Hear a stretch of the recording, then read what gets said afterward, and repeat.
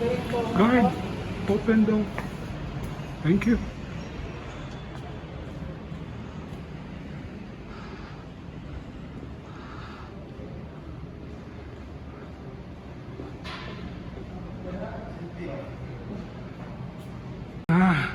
Finally, Limon has reopened here in Golden Prince Hotel.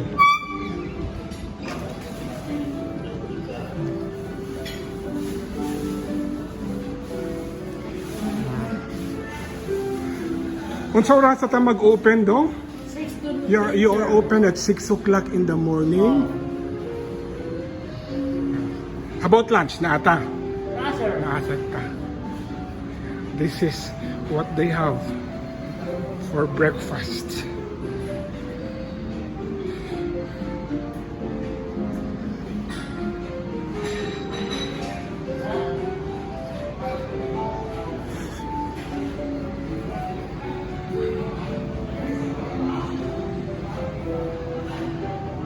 This is really my favorite place pag breakfast.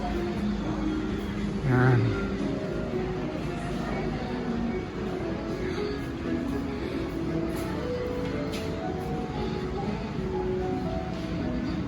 So at least it's a good news na nga bukas na uli ang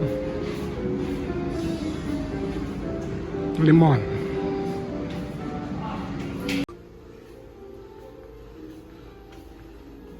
I would like to invite all mga kalakwatseras, particularly those who live in Cebu, balik na gyud taon ang Limon, my favorite and our favorite place where we can have a buffet breakfast, buffet lunch and dinner. Also naala sila yung second floor dito where you can chill. I hope open na sa ito. We waited for more than 2 years nga makabalik na siya. If you want the best food, the sumptuous, ako talaga in particular, ganahan ko diri sa ilang breakfast buffet because every time I finish my run sa Ayala, I always have my breakfast here. And I've been praying nga mabalik na gyud siya because mao ning paborito nako nga breakfast buffet sa tanan nga mga hotels sa tibuok Subo. This is it. I came here last week. I was informed by the security guard na mobalik and finally nabalik na sad sila. So sa mga runners, joggers nako friends sa Ayala and IT Park, after our early morning run, let's meet here. Let's enjoy our breakfast and let's thank God. Santo Niño de Cebu nga na normalize na gyud. Help Cebu hospitality and tourism industry. Sana makabalik na kay it's been more than 3 years nga nag-hemorrhage ang hotel, ang entertainment, ang industry ng hospitality. Tabangan nato nga makabangon ta. So let's travel local, visit Cebu, and let's dine to Limon here in Golden Prince Hotel. Daghang salamat, Cebu.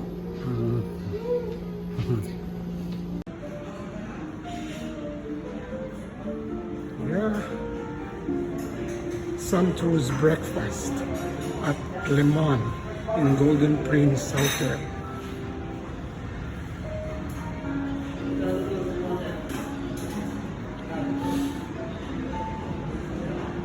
Excuse me.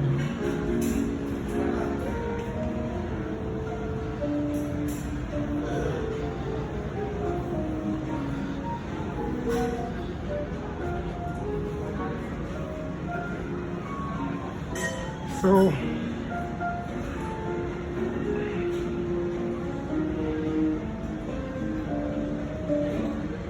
I'd like to inform all my Kalakwatseras, especially those who live in Cebu City, that the one located in Golden Prince Hotel is now open. The restaurant is now open. They have the sumptuous breakfast that we all longed to taste. The food here is great, especially it is very affordable. They already have buffet breakfast and lunch.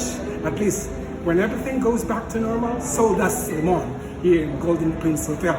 Unsa pa mga Kalakwatseras, our favorite place is back. That's Limon here at Golden Prince Hotel. Have a blessed day mga Kalakwatseras. Again, good morning mga Kalakwatseras. As we celebrate the 35th anniversary of the EDSA revolution, we are again reminded the beauty of democracy, that we have the free will We have the free speech, we have the free press, worship our religion, to vent what we feel, what we want to express. But there is the reminder, freedom should have responsibility. Once we abuse our freedom, it will also ruin the essence and the beauty of democracy. This is a very divisive episode in our history, especially the election is fast approaching.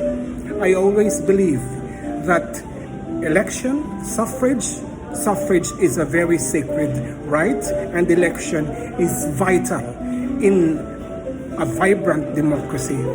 But always remember that we should not rely our life, our future, our well-being, our existence on political agenda. Politics is just like a parcel of our life.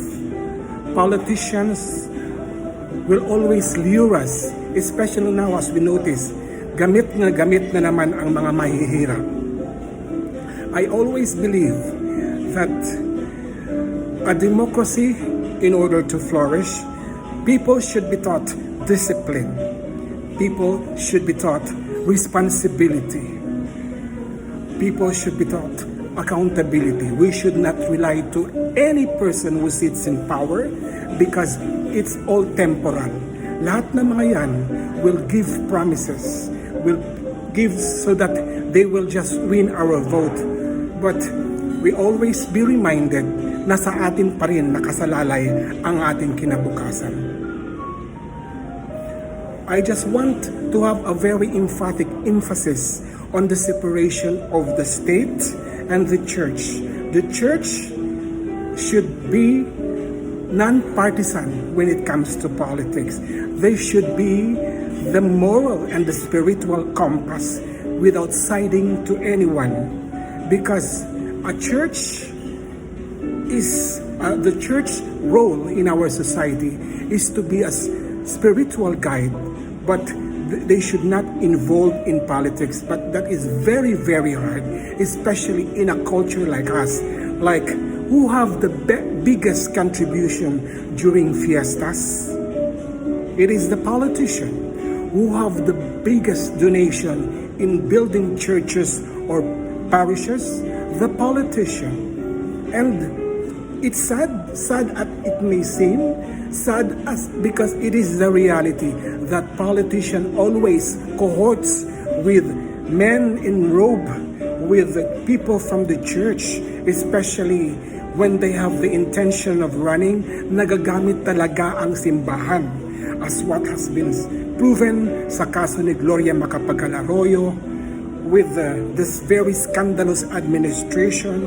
But when she took oath on the office, nasa entablado po ang mga pare while she was taking her oath when the President Estrado was deposed. Also during the incumbency of Noynoy Aquino, there were so many scandals, but it was the mouth of the church were all sealed. People in the church were all sealed because they were the direct benefits of what the generosity given by the incumbency of Noynoy Aquino and of course the notorious Gloria Macapagal-Arroyo. And so people were fed up. Nagkaroon tayo ng a person who is in contrast with what the church have been teaching us to vote. A person who had defied the norms, the mores of the church in the person of Duterte. But nagkaroon tayo ng Duterte because we are all fed up with moral hypocrisy, with the self-entitlement, with double speak with the oligarchs. Ngayong eleksyon na to, ang dapat hanapin natin ay isang liderato na who will inspire us, who will unite us. Tandaan natin sa nangyayari ngayon sa the war against Russia and Ukraine. That will be a reminder na kailangan natin ng liderato who is willing to negotiate, who will go for diplomacy, hindi yung radical ang pang-iisip. We want to have a government that is inclusive, not diverse, that will inspire us, that will unite us. Kasi pagkatapos ng pandemic na to, there should be moving forward, hindi yung we will be witch hunting kung sino ang nagkamali, kung sino ang dapat isuplong, kung sino dapat yung mga scandals na, because every administration has their own share of the scandals, and we should blame the form of government and the kind of government and culture we have. Huwag na tayong magpaka-ipokrito. Lahat ng yan, with no exceptions, have their own shares of scandals, and this should be blamed to the kind of government we have, the form of government, and the culture that we have. But this time, I hope we should look for someone that will unify us, not divide us. That should not be combatant, that should be open for dialogue. At tingnan natin, we should be learning a lesson now of the threat, what have Putin put the world into. Ayun, tataas ang presyo ng mga gasolina, stock market will be plummeted because of this uncertainty and the threat of our peace and order. Kaya nga, this is not a political post. I just want, at least in the remaining years of my life, for my nieces, for my nephew, for the future generation, this is for you. Kailangan po natin ng gobyerno that will heal us, that will, yung parang sa takip ng mata ng kabayo, that we should move forward. Let's not look back. Let's not look back. We should move forward as one country, united, not divided, inspiring each other. At dapat hindi mapag-iiwanan ang mga masa. It is not the few rich, the oligarchy rich, and the most of the people are poor. Mabuti na lang nga ngayon, because of the information technology business, marami ng mga kabataan ang have been employed, are aware, and because of the advent of social media, hindi na naging mga tao. We are now free to have an access of information. We have an access of knowledge and information. But please, siphon those information that will really inspire us. No fake news, no hates, walang entitlement, walang brainwashing, no sabihin natin revision, is we just respect it. At nasa atin na po yun kung ano ang pakikinggan natin, kung ano ang babasahin, but we should respect each other's ideology. That's all, and we should celebrate the EDSA revolution on the 36 years because with EDSA we have reclaimed our democracy. But the biggest question, what happened to us after the EDSA? Good day sa mga kalakwatseras.